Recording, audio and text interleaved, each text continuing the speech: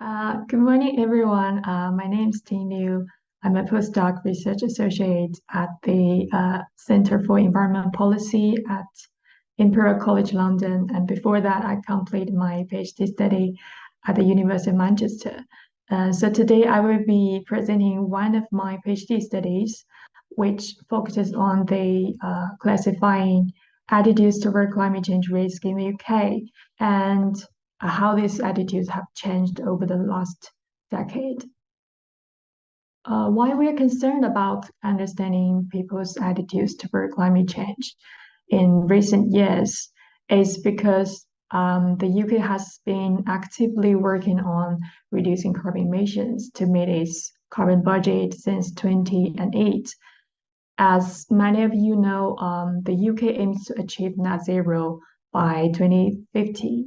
And to achieve this goal, the government has set five carbon budgets, and three have been completed between 2008 and 2022. We are currently on track to achieve the fourth one. So, achieving this goal requires a combination of policy changes and individual actions, but ultimately it depends on changes in people's attitudes. So, how people perceive the severity of climate change and how people understand its trends, its impacts, plays an important role in taking action to reduce carbon emission. So obviously, it's essential to identify how different people perceive the risk of climate change. And now that we are focusing on the attitudes toward climate change risks, this is a concept which is highly correlated to climate change risk perception. It refers to how people perceive and understand the potential risks and the consequences associated with climate change. As a previous researcher, Wander Linden highlighted, climate change risk perception is influenced by cognitive processes and affective process. So the cognitive process involves people's knowledge about climate change, including its causes, expected consequences, and possible actions to address it. Then the affective process involves emotional responses, such as the apprehension and worry about potential negative impacts of climate change. So, given the diversity of individuals with different cognitive and affective responses, people's attitudes are likely to be heterogeneous, and it can be influenced by social cultural factors. So this study hypothesized that multiple clusters of attitudes to climate change risks may exist. And we believe that at the population level, identifying different groups of people who evaluate the issue of climate change in a similar way will facilitate effective dissemination and tailored communications. So this study's aim is to develop a classification of attitudes in the UK, especially during the period of carbon emissions reduction goals. So we used the data from 2012 to 2020, and then we explored how attitudes vary by social demographics and how people's attitudes change over time during this period. We used the waves of 4 and 10 from the UK household longitudinal study and placed more than 38,000 people into different groups based on their agreement on 5 climate change statements. So those 5 climate change statements refers to the like the people's perception on the major disaster and whether you believe that the climate change crisis is exaggerated or climate change is beyond control. We can do nothing about it. Or do you believe climate change is too far in the future? Is it's too far in the future to really about worry?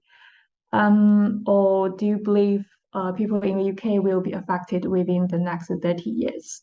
So those statements will be answered by either 5 point like the scale or binary responses. And then we carried out k-means cluster analysis to group people into homogeneous clusters. K-means clustering is a central aid-based algorithm. So we calculate the distances to assign a point to a cluster and then minimize the sum of distances between the points and their respective clusters and central aid. And we used two criteria to decide on the optimal number of clusters. The first one is the within some squares, and then the second one is the inverse criterion, proportional reduction of area. Basically, we're going to find a cake or a cutoff point in the curve generated from the within some squares. And then to measure if the proportional reduction of, sorry, the fire alarm is ringing. And then another inverse criterion is the proportional reduction of error, which measures the proportional reduction of within some squares for cluster solution compared with the previous solution. As you may see in this figure, the upper four figures showed the k-means cluster analysis results in wave 4, and then the lower showed in wave 10. As you may say, clustering with 3 is the optimal solution. We can say at k equals 3, a cutoff point occurred in both the within some squares and the logarithm sum squares in 2 waves data. And after that, we repeat the analysis for 50 times with randomly selected cluster century starting points. So the results also show that k equals 3 as the optimal solution for 49 times in wave 4 and 47 times in wave 10. So that means the optimal cluster solution would be 3. By doing this, we've seen 3 main types of attitudes in the UK between 2012 to 2020. They are skeptical, concerned, and paradoxical. So the paradoxical group refers to those people who largely dismisses the severity of climate change, and they question the need for immediate action. But for the concerned group, they express anxiety about risk of climate change and advocate for measures to mitigate climate change. However, the paradoxical group is complex. They seem undecided as to what position they stand for. Members of this group have a mixture attitudes to climate change risks. They recognize the reality of climate change, but they often feel powerless to effective change. We also explored how different groups of people translate during this period. And we found that although these groups stayed pretty much the same over time, because we clusters exactly the same attitudes patterns in 2 waves, but we also say that people's personal views shift a lot. As you may say, more people moved from the skeptical and the paradoxical groups to the concerned cluster. In wave 4, at the start of the 2010s, the paradoxical group was the largest one, and even by the end of decade in wave 10, sorry, they were still about 40% of people, but the skeptic group was always the smallest. Table 1 also gives the transition matrix of group members who shift the attitudes to climate change risk from wave 4 to 10. As you may say, 70% of the population in group concerned in wave 4 continue to be members of the concerned cluster in wave 10. But over half of the population of paradoxically in wave 4 shift attitudes to the concerned in wave 10.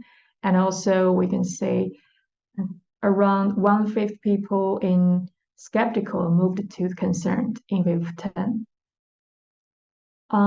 It's also noteworthy that nearly half of the skeptical cluster shift to the paradoxical group, and over 1/5 of the concerned cluster also moved to the paradoxical cluster. This explains that why the paradoxical group is still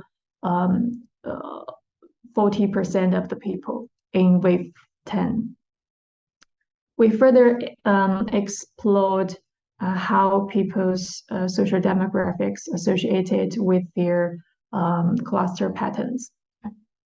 And we found that education and political affiliation are more influential predictors of attitudes to climate change risks than sex, age, and income.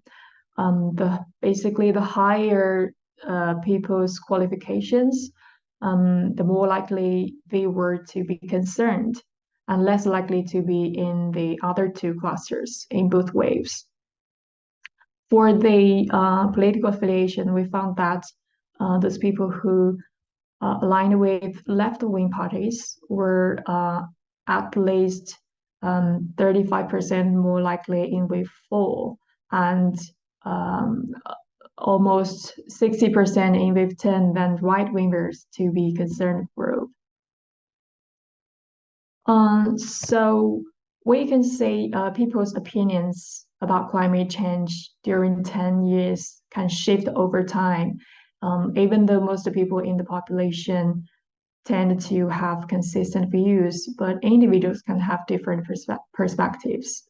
So this means that we have opportunity to create policies or campaigns to match with people's attitudes. We found that the largest group, the paradoxical, who makes up around 43% of the population in wave 4 and still over 40% of people in wave 10. So we can say the paradoxical group is the least stable, and they also have a significant movement from the paradoxical to the concerned cluster between two waves. So that means we can create some messages targeted at paradoxical group, and this can be most effective at causing significant shifts in overall attitudes. So as you may notice that around half of rating feels somewhat powerless and inactive when it comes to climate change risks. So they seem to have mixed feelings or uncertainties about climate change. They suggest that they might need more or different information to form clear opinions. Messages should be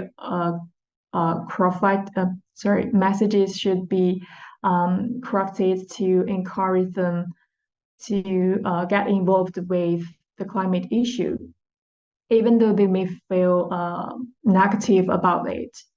And according to a previous study, the climate change effective messages for the paradoxical people should be motivation oriented with the negative ending, because it could trigger higher engagement with the issue than the positive ending.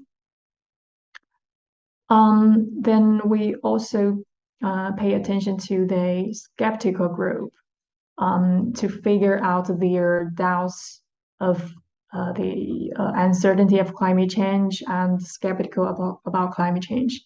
So we found that it's important to give them clear information about the risks and share the news or the updates on climate-related disasters. Previous study also showed that people who worry about climate change often get their information from the news, but others think differently. They may say or hear from various sources like social media platform. This means that we've got a chance to use different types of information channels to change the minds of those people who are more skeptical about climate change. So basically, if we adapt our climate change messages to suit different groups of people in the UK, we can help almost everyone agree more about the risk of climate change and what we can do about it. It's all about making sure our messages match what people care about, and then we will make them more believable and convincing. So that's all about my study. Thanks for your listening.